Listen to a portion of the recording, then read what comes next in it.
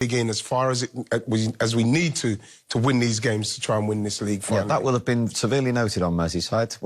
Absolutely, because what you want them to, what the message you want to give them is, you know, we're coming and we're going to be here. So yes, you're 5 points clear, but now you're 2. You lost your game against Palace. We have to now take advantage of that, and we've done that. That's why even if a point would have been a little bit, it wouldn't have been enough for me, even though you'd have to take it.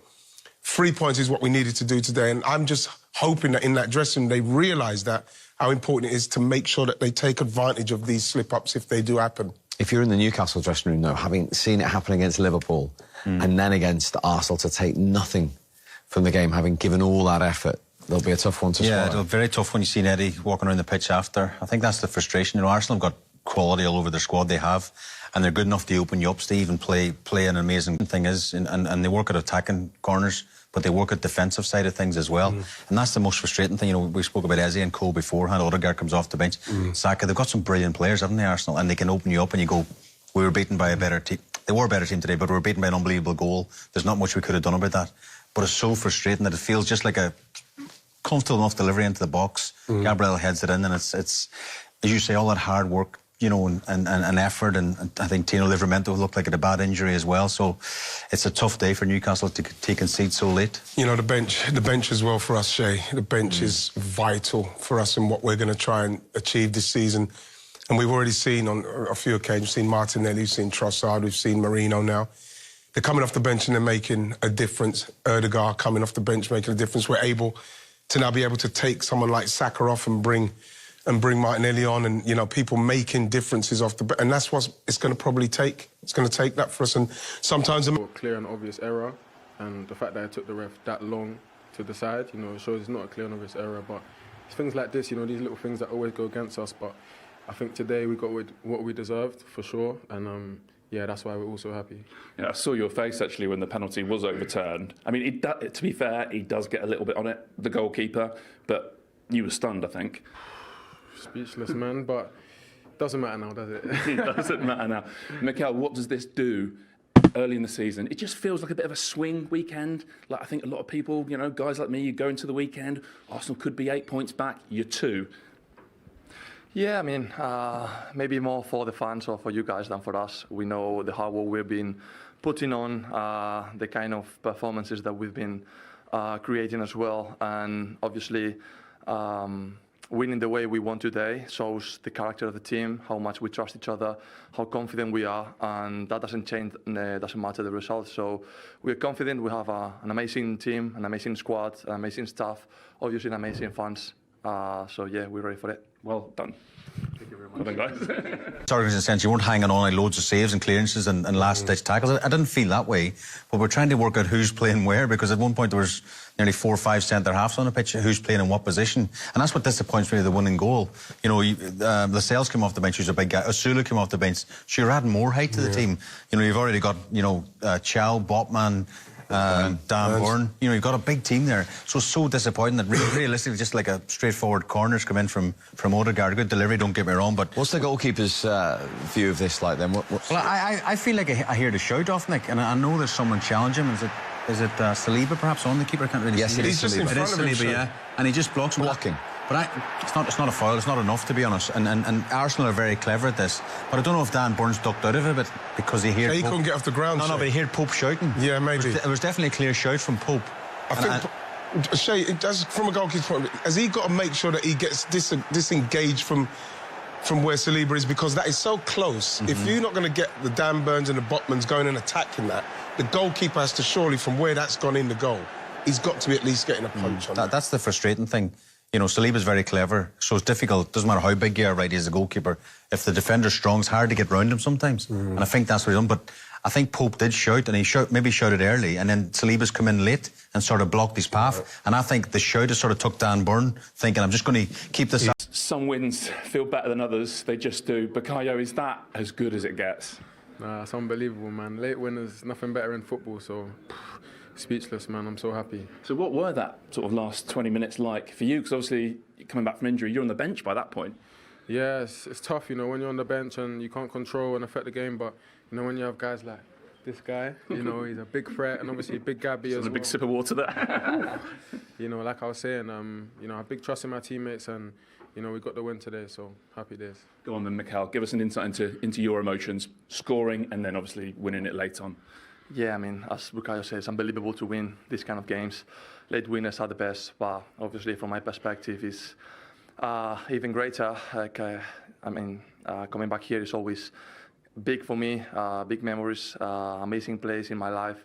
But also being able to score and help the team coming on as a sub is incredible. And yeah, I mean, it couldn't be better to win in the last minute. And yeah, congrats to all the boys. Yeah, do you know what? I forgot that for a second, that you used to play here. Yeah. Well, I mean, that makes it more special, I guess. Yeah, it is very special. Always coming here is great to see all faces, all friends. I've had amazing memories here. I've only been here for 1 year, but still is a big part of my life, of my career. And yeah, to come here and score a winner, I had that again in the same goal as I scored for Newcastle a couple of years ago.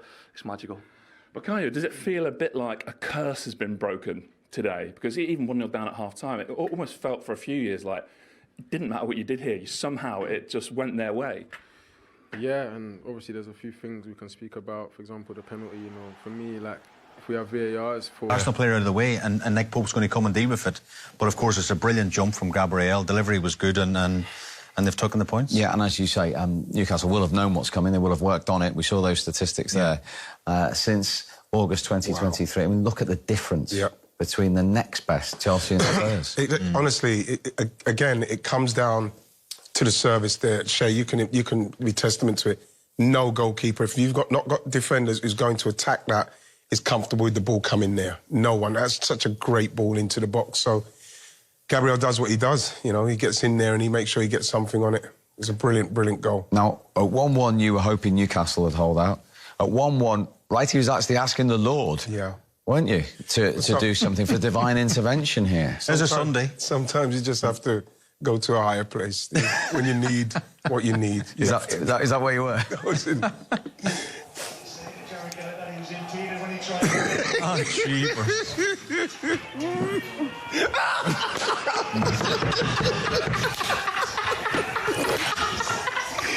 Oh, so...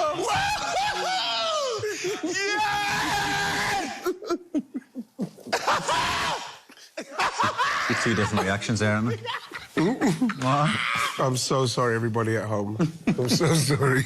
We have to win this! We knew that. The scowl on Shay's face towards you just makes it even better. There's always two sides to every story, isn't there? The sadness of conceding a late winner, and of course the joy that it brought to Wrighty's face. I'm just really pleased with the guys who I work here with on a regular basis last season when they see how I act. But it's not for anything other than pure joy, because we needed to win this game so badly, Steve. So let's get serious a minute. Yes. I mean, that's the type of thing champions do, isn't it, really? Well, I think you look at last season, there were so many opportunities where Liverpool, we had to get into a game where you put pressure on Liverpool for something. We either drew the game... Yeah, they couldn't do it, could they? We couldn't do it. We've never done too many... I think the last time we done anything like this where we needed to win something in the death, I think it was Bournemouth a few seasons ago. But this is a game where we went in and I think we started very well. I thought we started very well. We had chances. But once they went 1-0 up, it was a game we had to play back in and get ourselves back into the game, make sure we don't lose it, and if we can, win it, because that's what we have to do to send the message to whoever's at the top, that we're not going to go away and we will... The manager's going to get the selection right, but then he's got the players on the bench where he can maybe change it around, and I think people need to have a little bit more patience with some of the decisions the manager makes and see once it's done if the players can justify the decisions he's made so as we can win games. Yeah, because with that squad depth that he wants comes added issues and problems, doesn't it, in terms of getting the right 11 for each game. Yeah, and pressure as well, because like there's a lot of talk now with people, with the manager saying, well, you've got the team you want. Spent a lot of money to get this team and assemble this team. We're talking about it, Shay. So now there's not too many more chances you can get in respect of making it happen with a squad that's capable of doing it. So he's now got to manoeuvre those players and get them into the position, whether they're playing or coming off the bench, to deliver when they come on, because this is the year, I think, to deliver. The backroom staff I'm not sure I've seen a 6th Premier League game of the season ever celebrated bigger than that. That's how important that game was. And it was to do with their football that they penned Newcastle in. It was to do with their spirit. It was to do with their emotional control. And more than anything, they had to believe in it. And with seconds to go, they still believe they could get a win. That's massive for them. Tim, at half-time, you thought they'd come back and win 2-1. But as the second half was evolving, did you keep the faith? Well, they have shown me that they're willing to continue to drive the extra mile. I mean, not just going that way. Declan Rice, he's a 6 or a double 6. There are times in the game, and we saw it, where they're piling forward, and he's the one that says, I'll get it. I'll get in a foot race, and I'll track all the way back. So they do that as a group. And look, Mikel Merino, there's something about this guy. He's not really a striker. He's not a classy stroke it around the park midfielder. He just has a knack for getting in the right places, and he shows that every time that the manager puts him on the field. To your point, Baxo, about, you know, did we believe as the game's going? I think the most was like, I'm not an Arsenal player, I'm not an Arsenal fan. It doesn't really matter what we think. If that group in there, if they'll be in the dressing room now and they'll believe, and that will give them another reason to believe.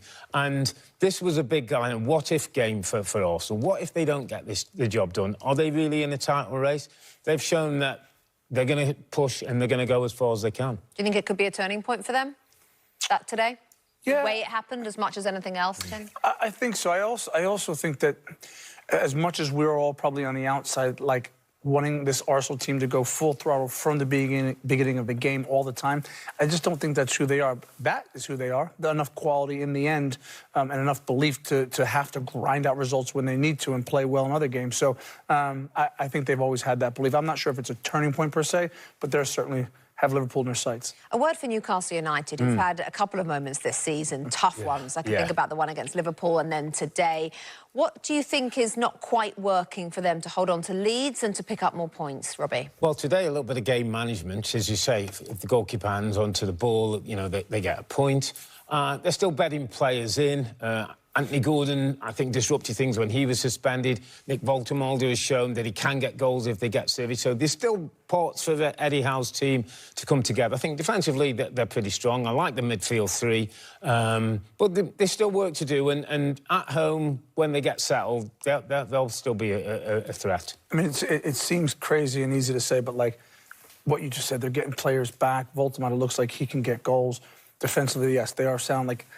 They sit 15th. I think when we're here in May talking about Newcastle, they're up in 6th or 7th place. Yeah, Newcastle United sitting, as you say, in 15th right now. Arsenal up to 2nd. Let's take you back to... Right then, fasten your seatbelts. Newcastle 1-0. Lots to get through. But 13 minutes in, Arsenal awarded an on-field penalty. This back pass from Jacob Murphy. Luckily, we have a striker and a goalkeeper with us. So striker, go first.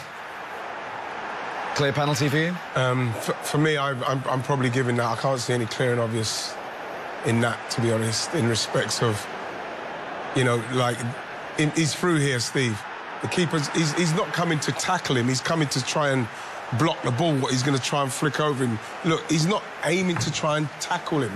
The ball's hit him, you know? Look, he's just trying to plant his foot. He's not trying to tackle. He's totally impeded him. Which was the referee's on-field interpretation at the time. Yes, they shouldn't have overturned that. He's not trying to tackle him. The ball's over there. He's just trying to put his foot down. So annoying. A reminder what they said on field after the VAR, the referee overturned the original decision of penalty to Arsenal. The announcement, after review, the Newcastle goalkeeper plays the ball and there is no foul. And the final decision is drop ball. Does he play the ball? Or Shay, from the goalkeeper's point of view, live, what did you think? I thought it was a penalty when I seen it. Right. I'm not saying it is a penalty. I thought it was a penalty when I seen it live. So what I would say is I don't think it's a clear and obvious error from the referee. I think he's seen it with his own eyes. You can see him in the top of your picture. That looks like a penalty. I think that everyone else... So Shay, you're saying the referee's seen that he's touched that then? No, the referee hasn't seen that. The ref hasn't seen that. He's given the penalty. He's given a penalty, so he doesn't think Pope's touched the ball at all. Now, the Darren England and VAR have said you need to come to the picture, the side of the pitch. He's got a touch on the ball, Nick Pope. I don't know the exact laws of the game, but he has touched the ball, Nick Pope. But then there's still a coming together after that. Does that still award a penalty? Well, I don't know. This is what I'm saying. It just feels... I don't know. It feels like someone said that. I mean, the goalie as long as you get some clip on it or some touch on it, Shay, you can take someone out. What I definitely would agree with is it's definitely not a clear and obvious error by the referee. He's thought it's a penalty. We thought it's a penalty. In your opinion, he shouldn't have been sent to the screen. But then Mosquera gives away the corner in quite a strange circumstance. Sloppy, yeah, and they've been so good, Arsenal. I thought for 36 minutes, 36, they were fantastic. And then they just play a really clever short corner, play it back in. Voldemort, Les, I'll leave this to you. Yeah, Voldemort, I mean, I looked at it, and when I first looked at it and saw Gabriel go down, I thought, oh no, he's put 2 hands in his back. But then when I look at it again, when Gabriel sees this, he'll be embarrassed. Yeah, it's too weak. He'll be embarrassed when he sees that. And that's just in front of us. In real time, it did look like there'd been a push. Yeah, and because all and I think it looked like there was a push because all the players started appealing for it. But then when you see it again, you think, yeah, and then there was a little bit of afters, Les, as well. Yeah, I know. That's a little bit. He should have got pushed for that. He should have done that at the beginning. He may have stopped the goals, you know what I mean? But and what about in terms of the header, Les? I mean, we were talking before. And another brilliant header from the big man. Yeah, it's a very good header. Yeah, there's a lot. I totally agree with Shay with all that analysis, really. I think probably the biggest disappointment is that Gabby, I think he's got to be in that instance, in that particular part of the area, he's just got to go and attack that as best he can. Obviously, Voltemade's 6'6". If it's too high for him, fine, but it felt like as soon as he got the touch, he went down maybe to get the foul. And I don't think you're ever going to get the foul like that. I don't think he pushed him like last season. Newcastle lead, but only after Arsenal had a penalty appeal turned down. Now, I'm assuming you're quite conflicted here, Les, because while you want Newcastle... Well, that's not clear and obvious error for me.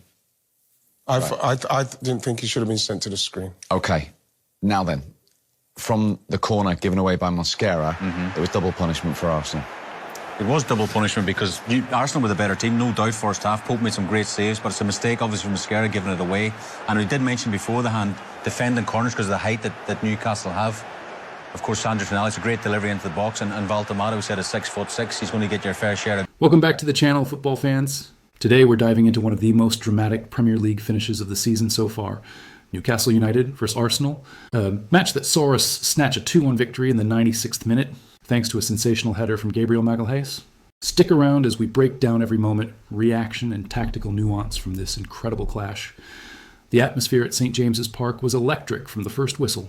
Newcastle, buoyed by their strong start to the season, were determined to assert themselves against the reigning Premier League challengers, Arsenal.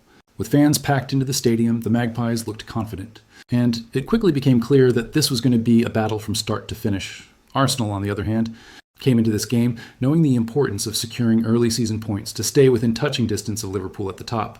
Mikel Arteta's men were determined to show resilience, tactical discipline, and above all, their never-say-die attitude that has been characteristic of their campaign so far. The lineup choices reflected both managers' intentions. Newcastle went with their typical high-pressing approach, relying on Nick Pope in goal and the pace of their wingers, while Arsenal opted for a balanced formation, with Martin Odegaard pulling the strings in midfield and Bukayo Saka looking to exploit spaces on the flanks. The game began with Newcastle asserting early dominance. Their pressing forced Arsenal into uncharacteristic mistakes, and in the 18th minute, their efforts were rewarded. Nick Woltemade, showing sharp movement and timing, latched onto a perfectly weighted pass inside the box and slotted it past Aaron Ramsdale. And just like that, Newcastle take the lead. The commentary echoed around the stadium, and the Arsenal players looked momentarily stunned.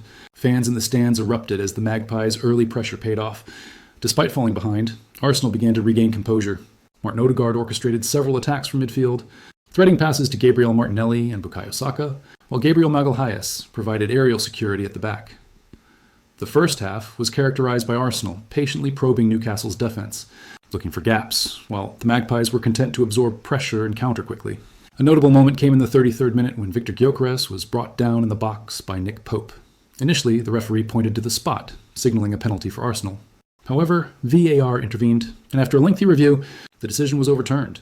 This VAR moment became a talking point of the first half, as Arsenal fans were left frustrated that the opportunity to equalize had slipped away. Meanwhile, Nick Pope, who had been solid in goal all season, began to establish himself as a potential hero for Newcastle, making several key saves to keep his team ahead. One of the defining elements of this game was the tactical battle between Mikel Arteta and Eddie Howe. Arteta's instructions were clear: maintain possession, control the tempo, and wait for the right moment to strike.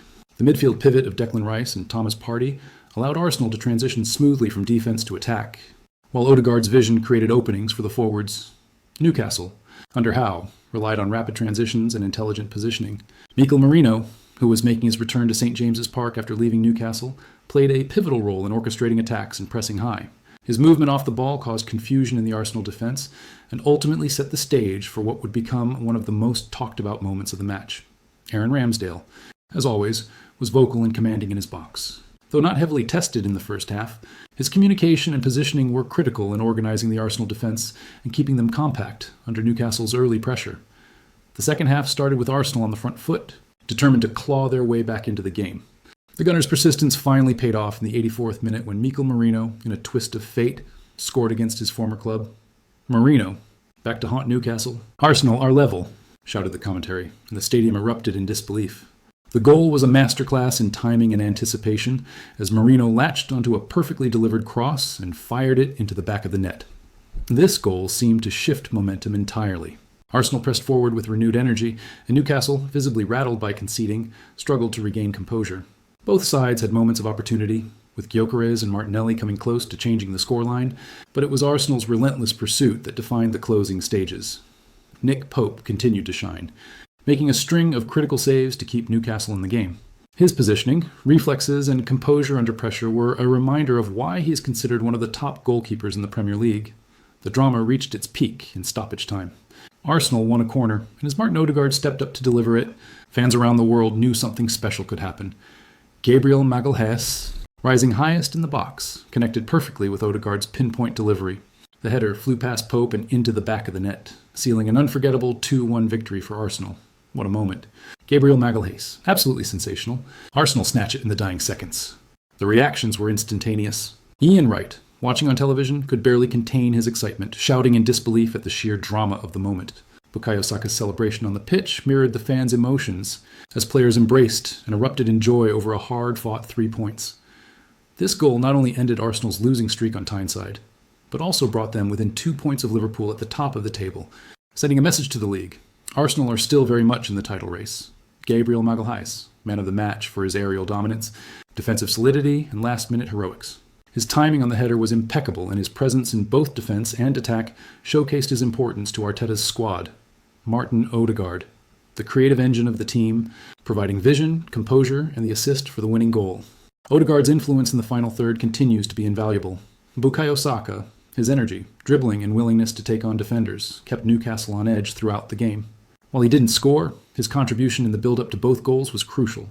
Nick Pope, Newcastle's standout player, keeping his team in the game with a series of stunning saves. Despite conceding 2 late goals, his performance was nothing short of heroic. Mikel Merino, scoring against his former club, was bittersweet. But his awareness and ability to exploit gaps in Arsenal's defence momentarily shifted momentum in Newcastle's favour.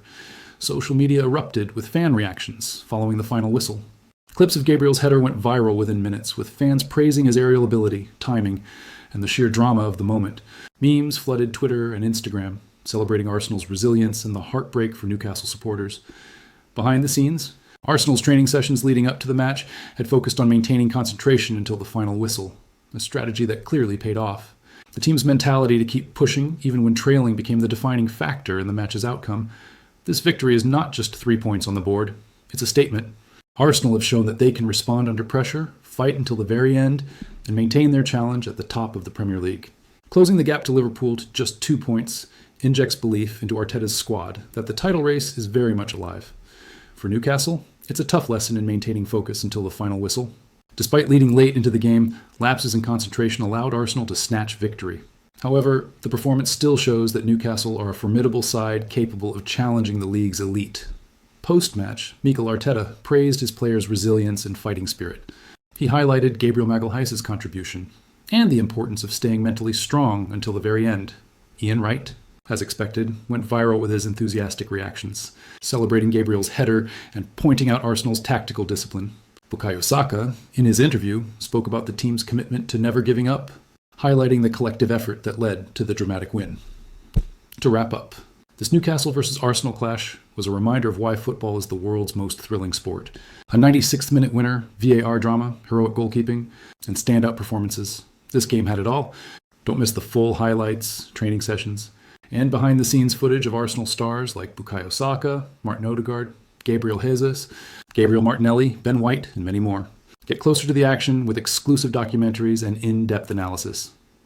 This match will be remembered as one of the season's most dramatic and shows that in football, it's never over until the final whistle. Arsenal fans will celebrate late into the night, while Newcastle will reflect on what could have been, ready to bounce back stronger next time. Outro, call to action. If you loved reliving this epic encounter, make sure to like, comment, and subscribe for more Premier League action, behind-the-scenes content, and exclusive player interviews. Hit the bell icon so you never miss updates on Arsenal, Newcastle, and all your favorite football stars. Remember, football is about passion, drama, and moments like Gabriel's header that make us jump out of our seats. Stay tuned for more incredible highlights from the Premier League and